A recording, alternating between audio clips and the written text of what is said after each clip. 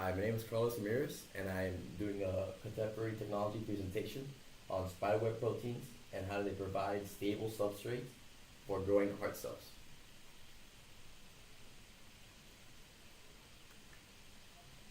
We will be going over in this presentation the summary, the initial experiment, previous inabilities that weren't possible without the technology, why genetically modified spiderins are uniquely qualified, and then conclusion. Summary. Spiderwebs are constructed primarily from the protein spiderins, of which were genetically modified in order to incorporate the surface adhesion and growth desired by the scientist. This would be the surface adhesion and growth of cardiomyocytes, which specifically are cells that form heart tissue. The protein is layered in a monolayer arrangement in order to increase the available surface area for adhering and growing the cardiomyocytes. The terminology bioscaffolds is what I want to propose. It is a defining term for this technology, as it is the substrate is providing the support for newer cell growth, the cells that adhere to it, within this highly controlled environment, providing both mechanical strength and desired elasticity as common hard tissue would. It is the most suitable substrate that has been discovered to date. The initial experiment. Artificial spiderin fibers, matrices, have in the past been used as a substrate for the growth of bones, tendons, cartilage, but never for the proposed growth of cardiac cells. This was until Professor Agledz of the Moscow Institute of Physics and Technology first considered and theorized the idea and then proposed it to his team. His team of researchers then began the experiment by seeding isolated neonatal rat cardiomyocytes on fiber matrices and monitoring them over the designated period of 3 to 5 months.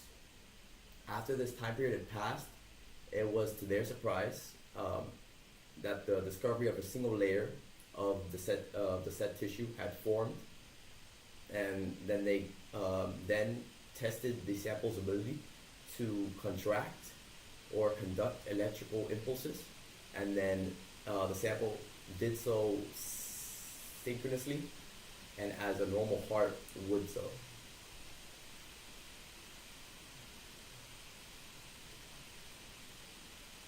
Previous inabilities without the technology. A critical challenge with the entire process of cultivation and transplantation into the patient is the substrate from which these cells initially grow on. The substrate itself and then the target cells that are going to be selected, in this case cardiomyocytes, must have matching properties in order to achieve the desirable product. Until recently, only the demanding characteristics of synthetic nanofibers could satisfy the experiment. The issue that arose later was the waste of degrading synthetic material to be in the human body, and then the threat it could pose. This was a concern that was dismissed with the incorporation of the spiderweb protein as a substrate. Why genetically modified spiderins is uniquely qualified. Cobweb strands are incredibly light and durable, being 5 times stronger than steel and 2 times more elastic than nylon. The substrate material must have the following characteristic: non-toxic, elastic, structural strength, safely degradable within the human body, and should not be rejected by the host body or impede upon cell growth.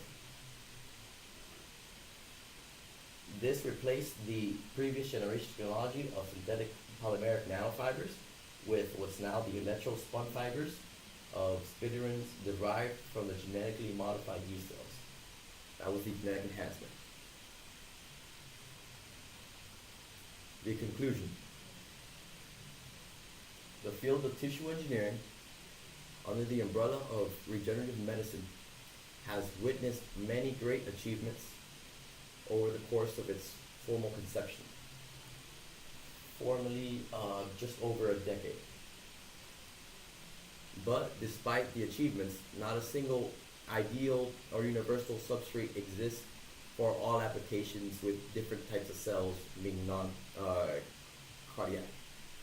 Thus, the discovery of the effectiveness that spinnerins have with the cardiac tissue alone is truly something pivotal, and so much so for the history of the field.